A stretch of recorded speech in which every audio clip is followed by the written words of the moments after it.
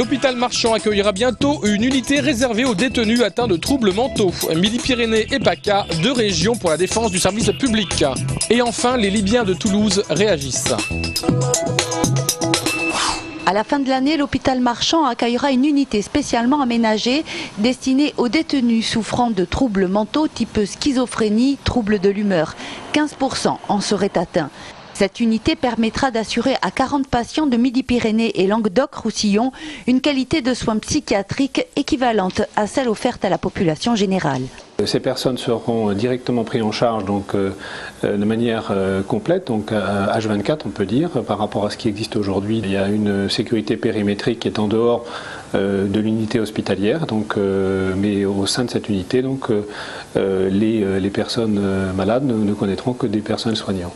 Les séjours durant de quelques semaines à quelques mois. Le personnel sera spécialement recruté et formé. On comptera 86 personnels soignants, essentiellement du personnel infirmier et infirmière, du personnel médical, qui sera donc recruté au cours de l'année 2011 pour pouvoir faire fonctionner cette unité début 2012. 8 unités de ce type devraient être créées en France en complément des services médico-psychologiques pour détenus déjà existants. Ce seront donc 700 lits supplémentaires d'ici à 2012.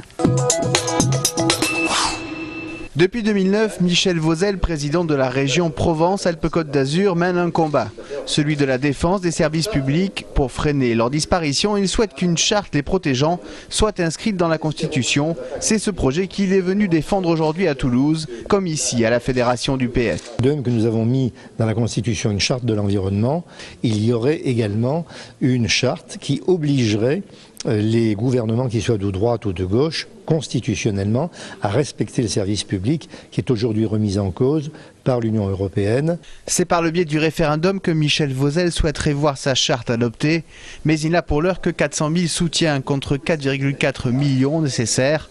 Autre option, compter sur un retour du PS au pouvoir en 2012, et sur ce point, il prend le contre-pied de son parti. Il faut une candidature unique de la gauche, il faut que le Parti socialiste renonce à ses primaires pour ne pas se déchirer et propose aux autres partis de gauche une candidature unique. Et pour le moment, ce n'est pas les propos tenus par les uns ou par les autres ou les propos de la femme d'un non-candidat qui vont nous permettre d'éclairer la population ou de la rassurer. Depuis le 17 février, la Libye est elle aussi sous les feux d'une répression meurtrière de la part du colonel Kadhafi. Répression qui aurait fait plus de 300 victimes. À Toulouse, une dizaine de Libyens sont très inquiets. La guerre est menée par le régime à travers ses mercenaires. Malheureusement, nous avons des soldats et des militaires africains qui se battent aux côtés du régime face à des civils qui ne sont pas armés. À Bengassi, la situation serait désormais apaisée. Dans cette région, on considère déjà que le régime est déjà tombé. Benghazi, je dirais que c'est la fête. À Tripoli, en revanche, le climat est toujours sous tension. Aujourd'hui, c'est une guerre contre les civils menée par le régime. Et le fils de Kadhafi, effectivement, était très menaçant. C'est ça qui nous inquiète beaucoup aujourd'hui. Quid d'un risque de guerre civile? La guerre civile, tous les Libyens aujourd'hui parlent de ça. En fait, nous sommes tous solidaires. Il n'y a aucun problème entre les Libyens, il n'y a jamais eu jusqu'à présent. Et je pense qu'aujourd'hui encore, ils sont plus soudés qu'avant. Est-ce la fin d'un régime dictatorial vieux de 42 ans?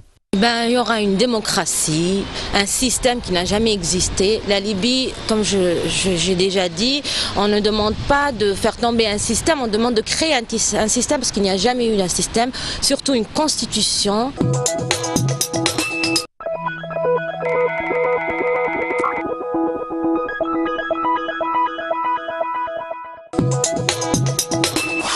Je pense que c'est un vent qui souffle vers le sud et je pense que tous ces régimes-là sont appelés à changer.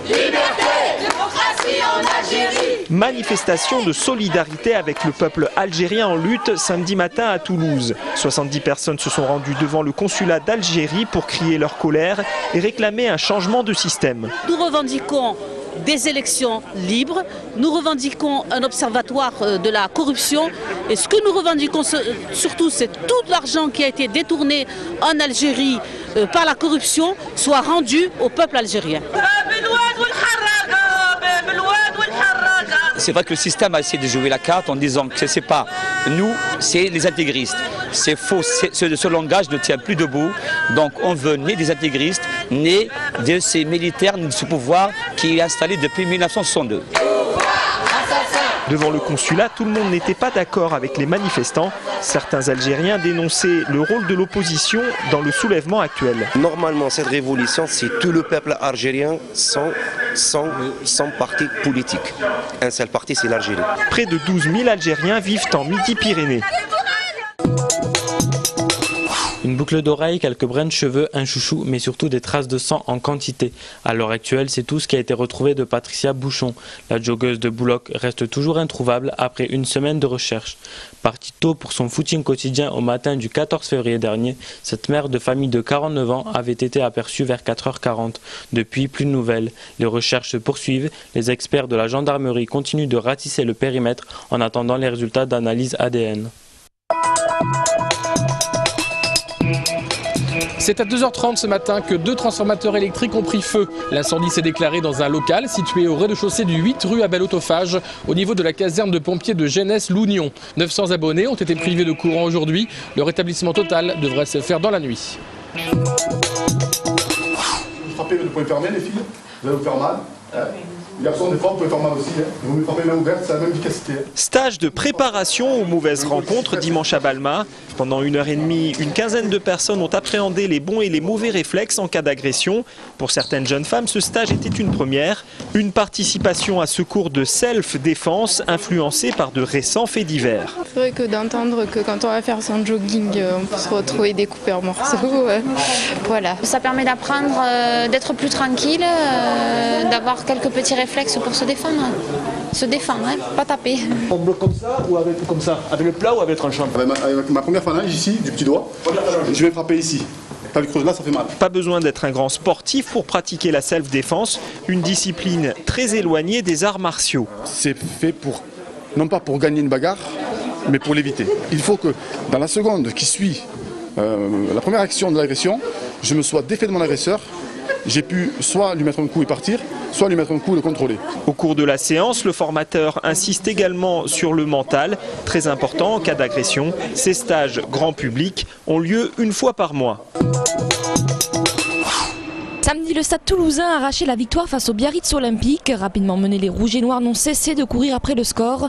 Les essais de Hemans et de Doussin assurent la victoire aux hommes de Guinoves. Score final 23-19, les Toulousains restent leaders du top 14 et sont toujours invaincus à domicile.